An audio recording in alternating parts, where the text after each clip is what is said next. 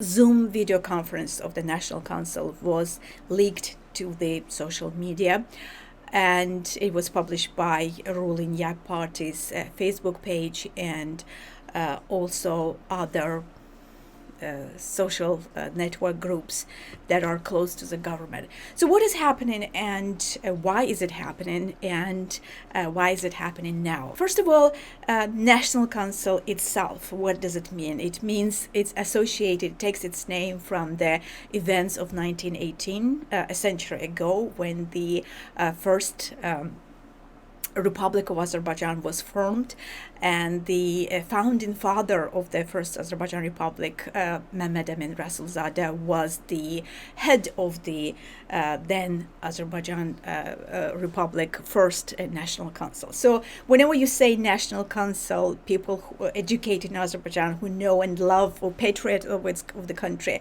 they obviously associate the current National Council with the National Council of a century ago. So this itself always is one of the sort of concerns by the government. So when the National Council is attacked, they mention this as well. They never call it National Council. The Interior Ministry or the local police issues a press release saying that the group that calls itself the National Council of Democratic Forces. So the very language of this press release is always interesting, because they never accept it as a national council. They say an organization that calls itself a national council. Today's National Council is also an elected body. So its members are elected by the majority vote. And so is the head of the National Councils. For instance, nowadays the head of the National Council is Dr. Jamil Hassanli. He's a history professor and a very well-known, obviously, intelligentsia member of Azerbaijan. So but the National Council for the government, Ilham Aliyev, also means 19th January. 19th January last year was a major rally in Baku that brought together thousands, maybe tens of thousands. We never know the exact number, and the police wouldn't tell us the correct numbers. Or 19th October last year, another one of them. So again, another protest rally by National Council. Nearly all members of the National Council Coordination Center gets beaten. They're held at police department. They're reprimanded. Many of them are taken to custody, so on and so forth. So this National Council is today happens to be the major force that is capable, not only in favor of, but also is capable of holding protest in Azerbaijan. Smear campaigns conducted against National Council is that no matter what the leak is, and there have been a lot of them, no matter what the scandal is about, again, there were a lot of them, and you see that the major targets always remain the same. For instance, in this current events, what the person who has made these comments about Adolf Hitler and gays, he's in no way connected with the Public Front Party, Ali Karimli's major opposition party. He's actually a member of a different opposition party, of a small opposition party called Vatandash Hemrali Partisi, which means Citizen Solidarity Party, whose head is actually represented in the parliament. But for some reason, the controversial statement by the member of this party made at this closed meeting somehow is used to attack leader of another opposition party, which is Ali Karimli's Public Front Party. So one may ask, what is the connection between Rafik Manaflı from Citizens Solidarity Party and Ali Karimli's Public Front Party? The person who is still in isolation, he's been in isolation over a month now, Ali Karimli was about to appear on this channel, on Osmanqizi channel. Actually, you may be watching this video in a newly launched Azerbaijan International channel, but I'm the presenter of another YouTube channel called Osmanqizi TV, and you're welcome to join and subscribe and watch me, follow me in that channel as well.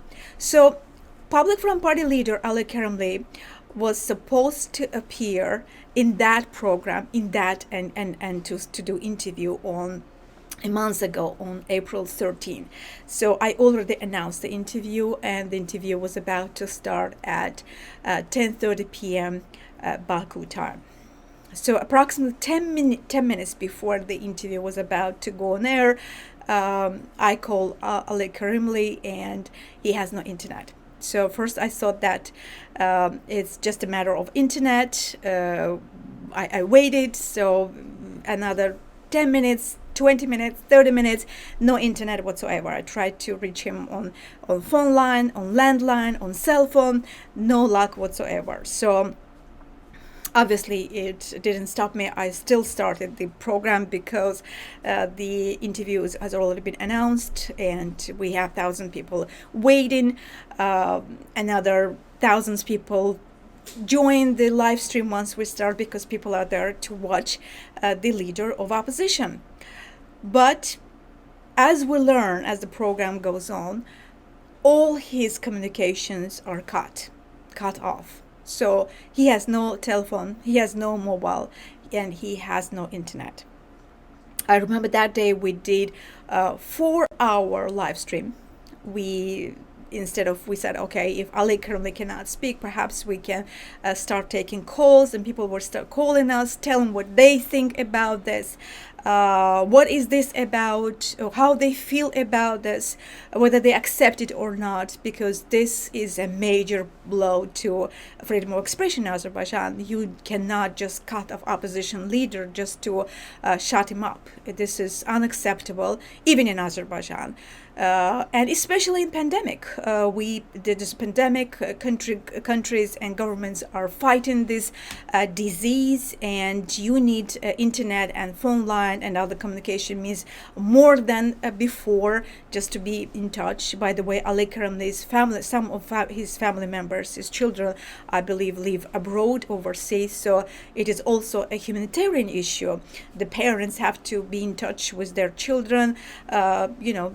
In Azerbaijan during the pandemic, you need to get authorization on your cell phone before you leave your home. You can leave your home only for 2 hours, and you need a SMS, the text message authorization for that. So if a person's phone line is cut, if his cell phone is cut, he cannot get this authorization, which means he can no longer get himself medication or groceries, or to go outside or to call for emergency, for medical emergency, if he needs any kind of emergency. If you look at the different National Council leader, Tevfik Yagoblu, he has been in arrest. He's been in prison for over 6 weeks now. Now, I know that you probably are following news about Tevfik Yagoblu. If you're not, you should, because he is really one of the most prominent leaders of opposition in Azerbaijan. And but there are a lot of stories that never make it to the headlines. Like, for instance, the man has not been allowed to change even his clothes in these 6 weeks. Only imagine what it feels, what it means for a person, especially in pandemic, for hygienic purposes. Why National Council and why now? I believe I already answered part of this question. Why National Council? Because National Council for Azerbaijan means basically major opposition that does not accept terms of the so-called dialogue by the government. Basically, government was able to conduct a so-called dialogue with all the other smaller and minor or pseudo opposition and on their terms, whereas National Council remains to be the only so far opposition force that demands that any dialogue with the government should be open to the public, and that its demands are that all political prisoners are freed, that there are reforms, that there are elections, so on and so forth. So therefore, this is yet another thing why the government is so angry at the National Council. It basically knows that this is the only political force in Azerbaijan that it cannot influence, that it cannot control. Therefore, I think it explains why National Council. Now, another part of this important question is, why is it happening now? As a matter of fact, this is not something new. It's been going on for years, and this is the process that has started in 2016 when the amendments were made to the Constitution of Azerbaijan that laid a basis for eventual change of power or continuation of family power. And a lot has been done in the past 4 years. Now we have, as Ilham Aliyev says, saligali, tidy or controlled opposition. Now we have tidy, new, fresh parliament. Aliyev likes to refer to parliament as a reforms in the parliament. Obviously, this sounds like a joke to an ordinary Azerbaijani, knowing that it was a very bad imitation of elections. Now the government has entered the final stage of the process that started back in 2016. All is left. Actually, the very process may indeed finish in a couple of months. So therefore, as we approach the finale of this process, we get to see more and more aggression, more attacks on National Council and opposition, and therefore it should come as no surprise that we are in a situation when the major opposition leaders are either in prison, like Tevfik Yagublu, or completely cut off, like Ali Kerimli.